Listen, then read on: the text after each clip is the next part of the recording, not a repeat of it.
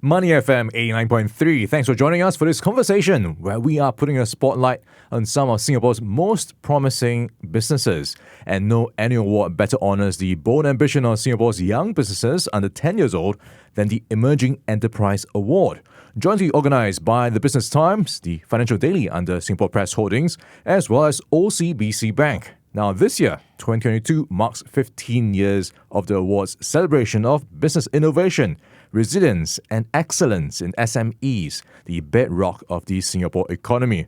Since 2008, the award has been empowering startups and young enterprises with both recognition and resources to take flight and achieve stellar growth. Today, we chat with one of the 15 finalists in contention for this year's award to find out what makes them tick. And I love video games, so I'm quite excited to meet the award-winning studio responsible for the popular Cat Quest franchise and more. And we have in the studio with us Desmond Wong, CEO of the Gentlebros. Thanks for joining us, Desmond. Hi, thanks for having me. It's a real honor to be here. Now, let's start with your business first. Tell us more how you got started. Well, what was the driving force behind Gentlebros? The current founders, we all met in Koei Tecmo, which is a games development studio based in Singapore. So we're literally sitting all together and working in a big games company. We didn't really want to feel like small cogs in a huge machine, as you tend to do when working in a big company like that. We all wanted to make our own games. So we literally just, started talking to each other and like, hey, do you guys want to make a game together? We got permission from the company and all, and it was fine. So that was pretty much how it started. The game that we worked on in our free time picked up steam. It looked really good. We managed to get a publishing deal from a pretty big name publisher at that time. And then we decided to use this opportunity to leave the company and start the Gentlebros. This sounds like the premise of its own video game because it's such a journey. And I imagine there are a lot of stories behind it. Before we get into those stories, give us an idea about the business model behind your studio. You've got this Cat Quest game. Yep. That's your main title. Yep. How do you make money from this?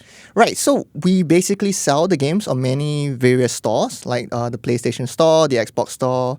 PC platforms have stuff like Steam, right, Nintendo, on the Switch. So we basically sell our games for full price or at a fixed price and on all these storefronts, right? But for Cat Quest 2, what we did differently was we actually signed a deal with Apple Arcade to put our games on subscription-based platforms. So that worked pretty well for us as well. So pretty much how we make money is through these primary means, right? But we do also do licensing deals for merchandise and various things based on our characters. So we have a line of toys, clothes, iPhone cases, stuff like that, plushies, right?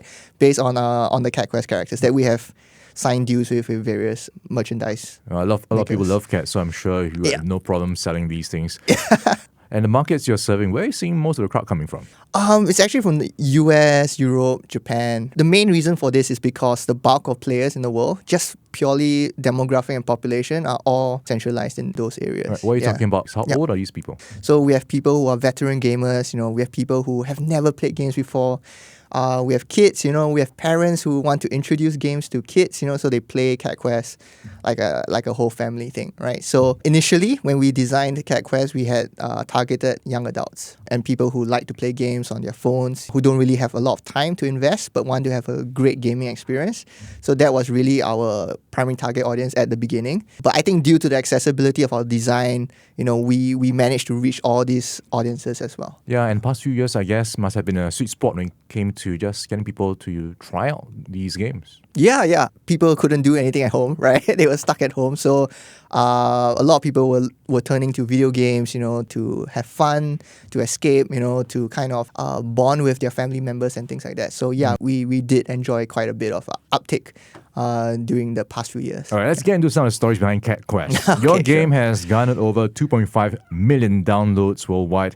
And I know there's a long story behind how it got started. There are many iterations of cats and games before you got to Cat Quest. Walk us through the whole process of getting to where you are right now. Wow, okay, so this was fresh off Slashy Hero, which was our previous game. So we knew we wanted to work on a new IP, right? And we kind of knew that we wanted it to be based on cats because firstly, cats are awesome, right? The internet loves cats as well. And the team members at the time, we also liked cats, right? So we figured okay, if we made a game about cats, that's half the battle won. People are going to like it on default already, right? And then we just need to make sure the game is pretty good or decent, and it hopefully should be successful, right? So we went through a lot of iterations. I think one of the earliest one I remember was a game called Copycat. It was a dancing game of sorts where you would copy the dance moves of your opponent. It sounds fun. Did it take off? No, it didn't because because I'm the designer, right? And I don't think I have a single musical bone in my body, so it was really hard to design a game based on music and rhythm, right? So we did a couple of prototypes. The character was really cute, and that's pretty much how it went from there, right? Game development is all about iteration. We had a really cute character from the Copycat game. We took that character, we moved it to like another prototype, which was a more like action-based exploration game, and then it just kept going from there. Like, okay, this didn't work, and then but what good can we take from this prototype? The exploration was good. We took that. We explored different combat systems. Oh, that was good. We took that, and then we just basically combined everything, and then we got like a role-playing game experience that we see today in Cat Quest. Yeah, I guess part of the lessons you took was time to market. You really have to be fast with these things to catch the trends, right?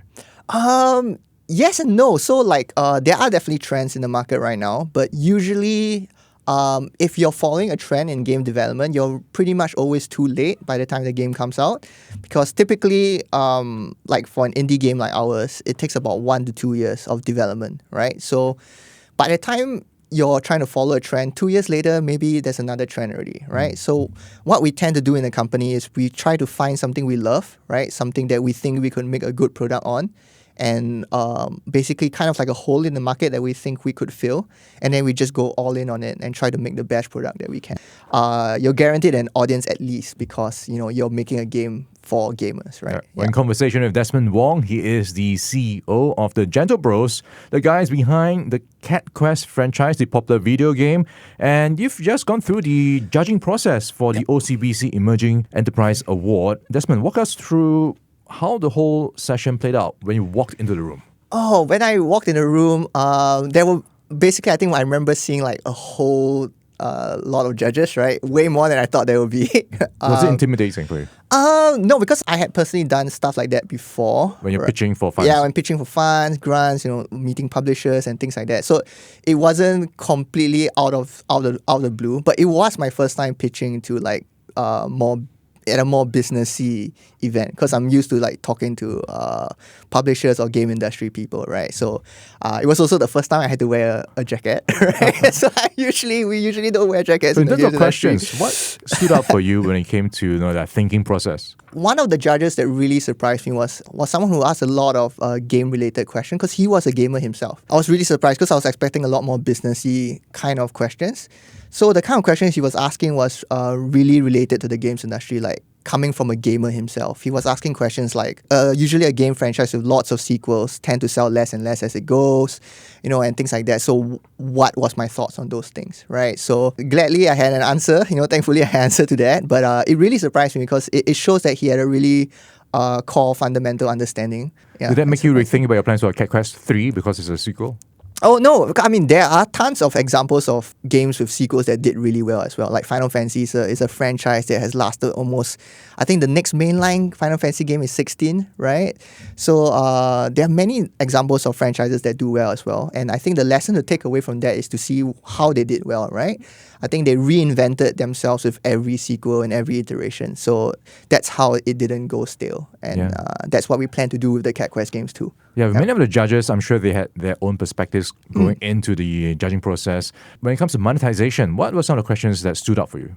Right, I think there was a question where I think someone asked, like, why didn't we do the free-to-play model instead? Right, so I think for that, the main reason why we chose a premium model was because the games that we grew up playing, right, they were mostly What are some of these games? like Zelda, right, like Metal Gear, Final Fantasy, right, all these games we grew up playing, we grew up enjoying. So a lot of like our sensibilities when it comes to game design are derived from the games that we played when we were young, right? So the free-to-play model is a really different approach, right? You're trying to design something that's fun but still frustrating enough that people will want to pay money to buy all those little bit of items in the game, right? Whereas the more traditional premium approach is you're just trying to design a product that's as fun as possible and as appealing as possible. And I think as a company, like our DNA we are more, our strengths lie in that area rather than the free-to-play stuff.